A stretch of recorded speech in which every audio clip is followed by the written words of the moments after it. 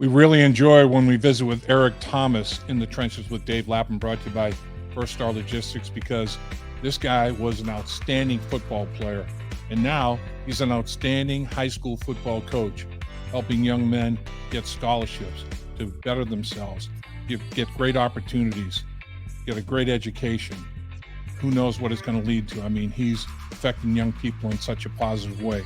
We're going to talk about that, talk about Dick LeBeau, and also talk about the upcoming season with the Cincinnati Bengals, what it might look like in the back end.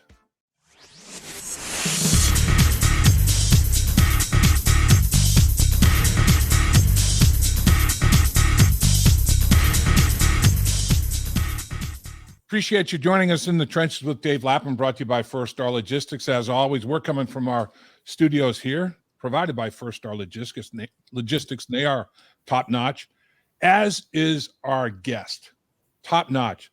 This guy, in 1988, when the Bengals went to the Super Bowl, he was a Pro Bowl player, 7 interceptions, led all cornerbacks with 7 picks, had an unbelievable year, none other than the legendary Eric Thomas, E.T. Welcome, my man.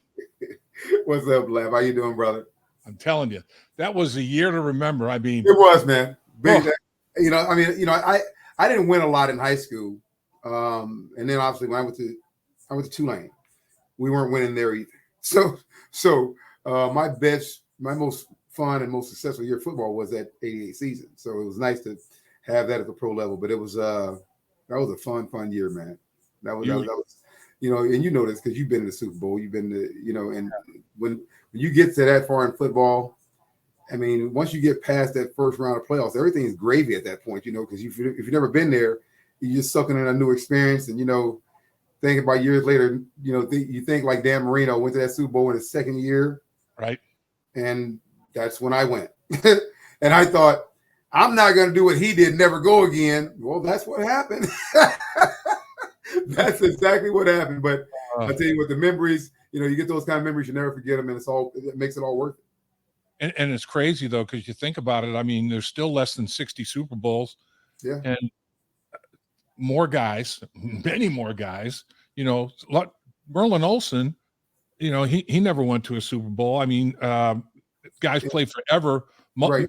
Playing the Pro Bowl every year, never get to the playoffs. I mean, a bunch of guys played their entire career double-digit. T.K. Spikes never went to a playoff. Yes. Never played in a playoff game, 15 years in the NFL. Crazy.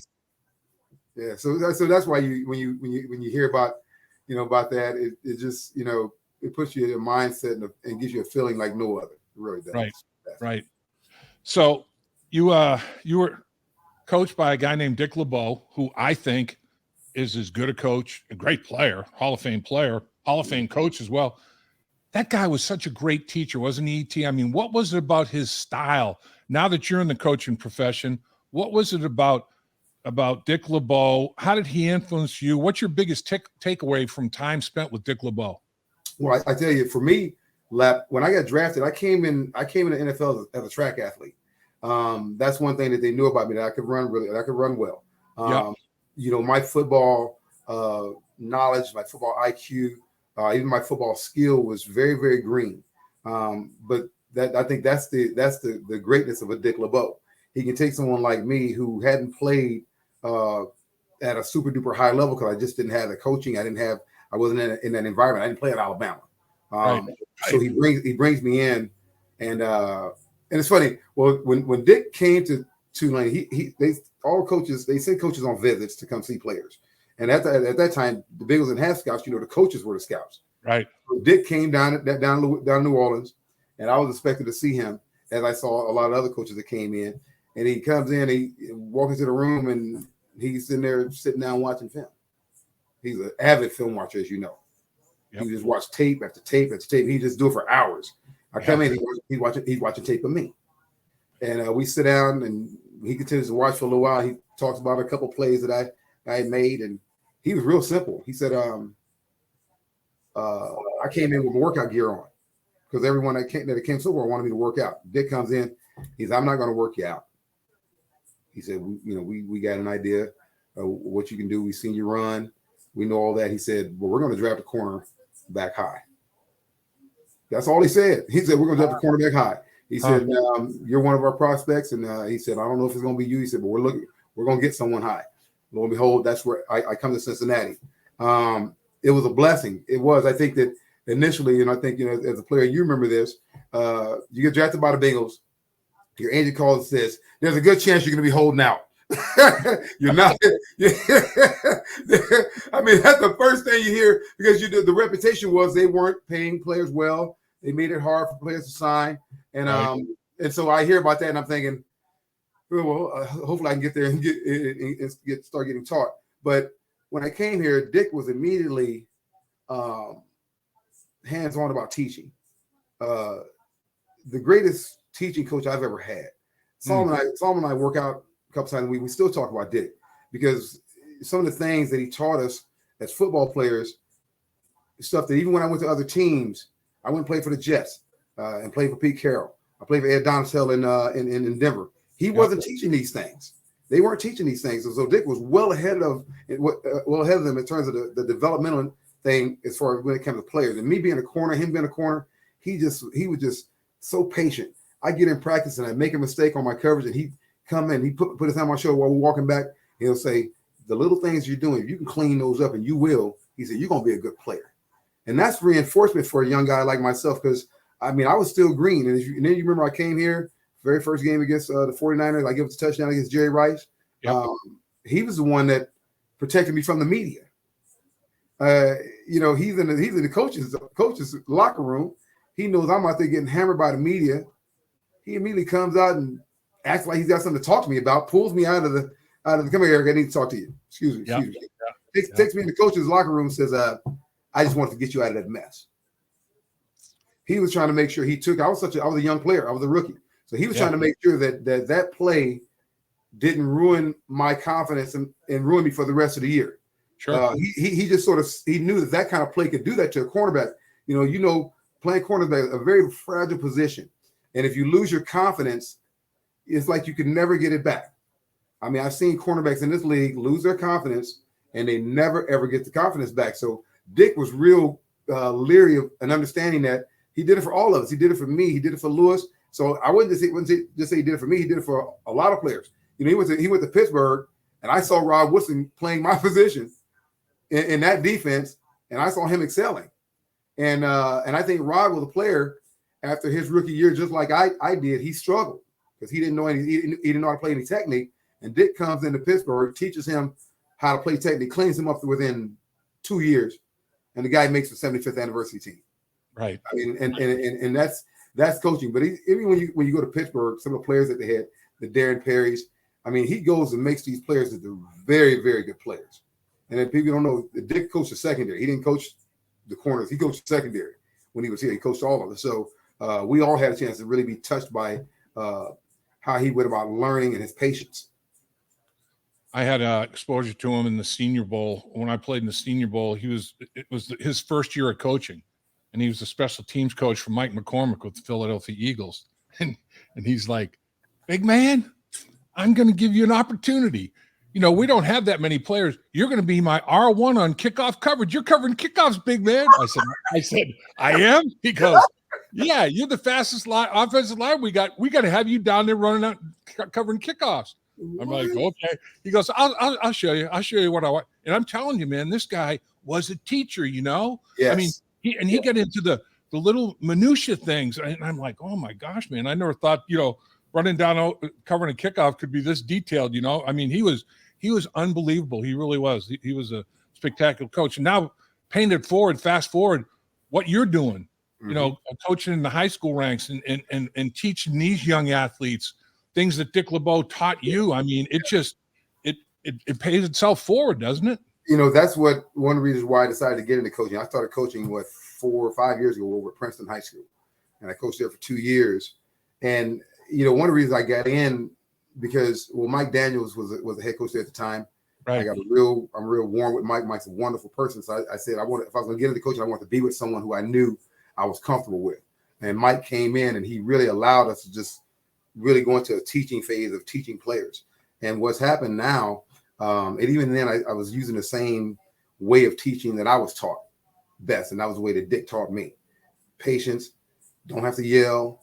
Just teach. Because there's always a teaching moment in everything that a player does on the field. You know that like I know it. I mean, even if he thinks he did it right, there's something that you can help him out with and make him do it better. And for me, I've had a chance to sort of take that experience that I had with Dick and I pass it along to coaching. And I think that I tell my guys, I said, you guys are going to learn a lot of things from me that you probably wouldn't learn from a lot of coaches, because I'm giving you some of my experience as a player. I'm giving you some of my experiences when I was coached and how I was coached.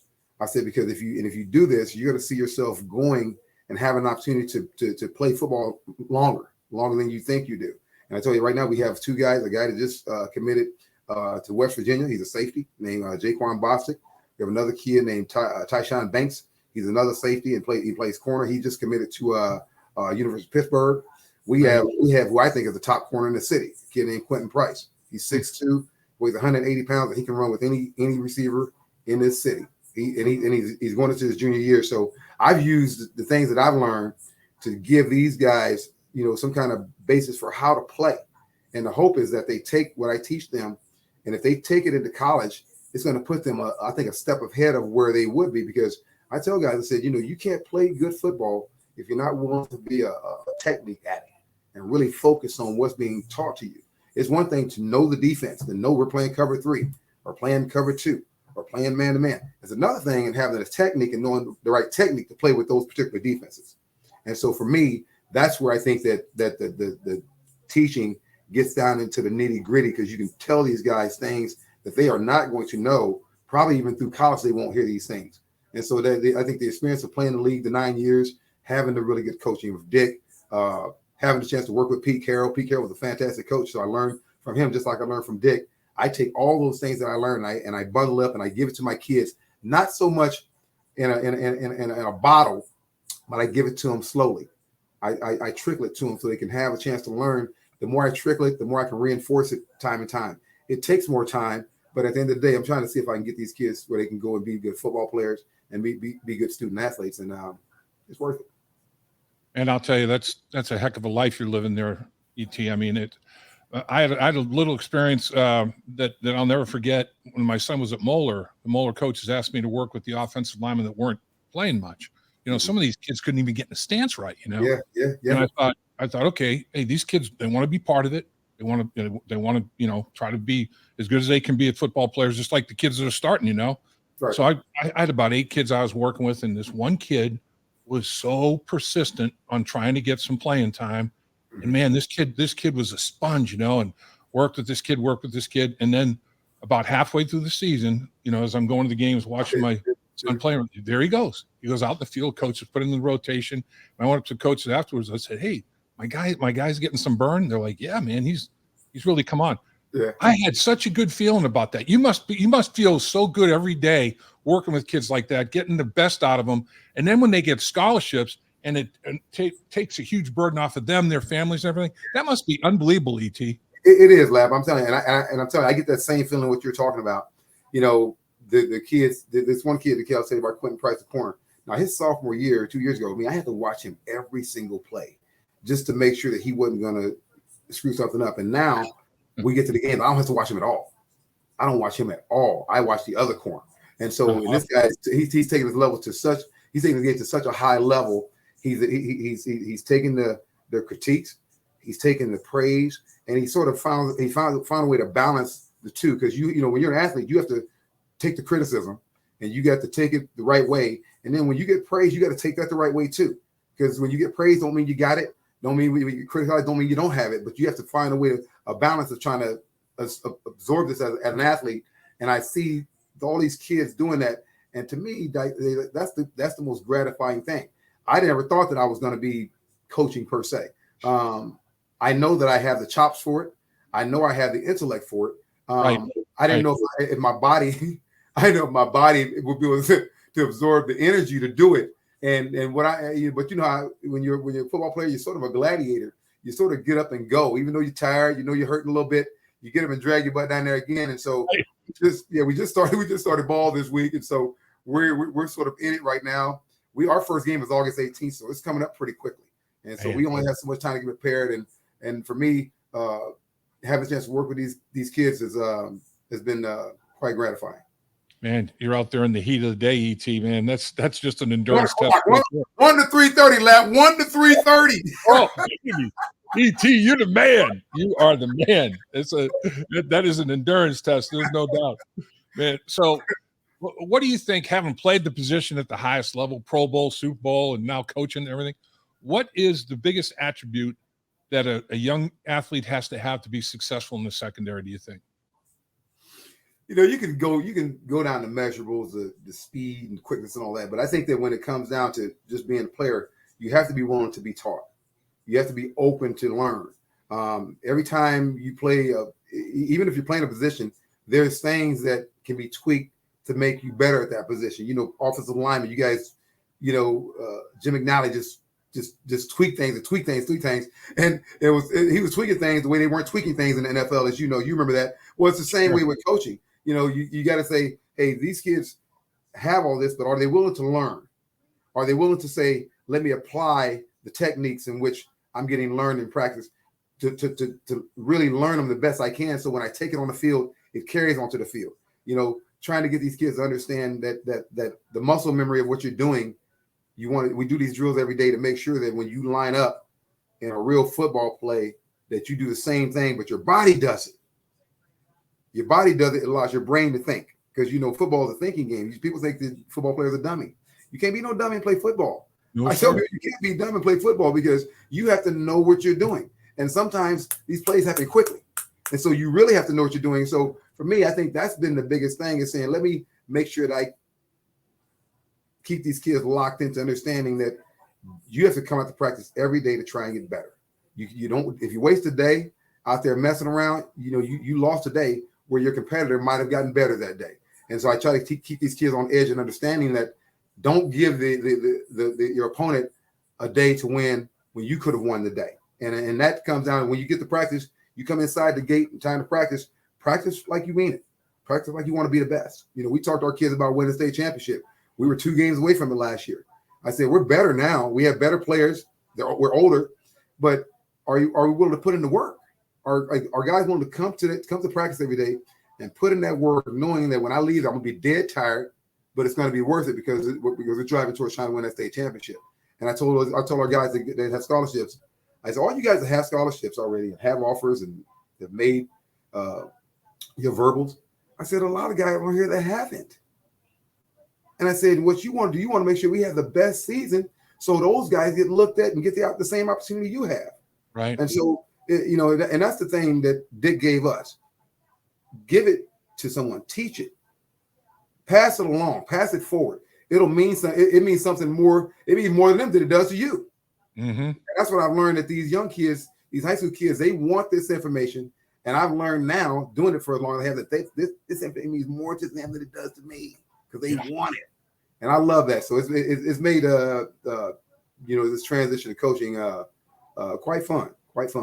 Man, it's like you're pure gold to those guys, ET. I mean, you played it, you know it, you can teach it. I mean, Lapham here. And every day, I am grateful for my experience to have played professional football.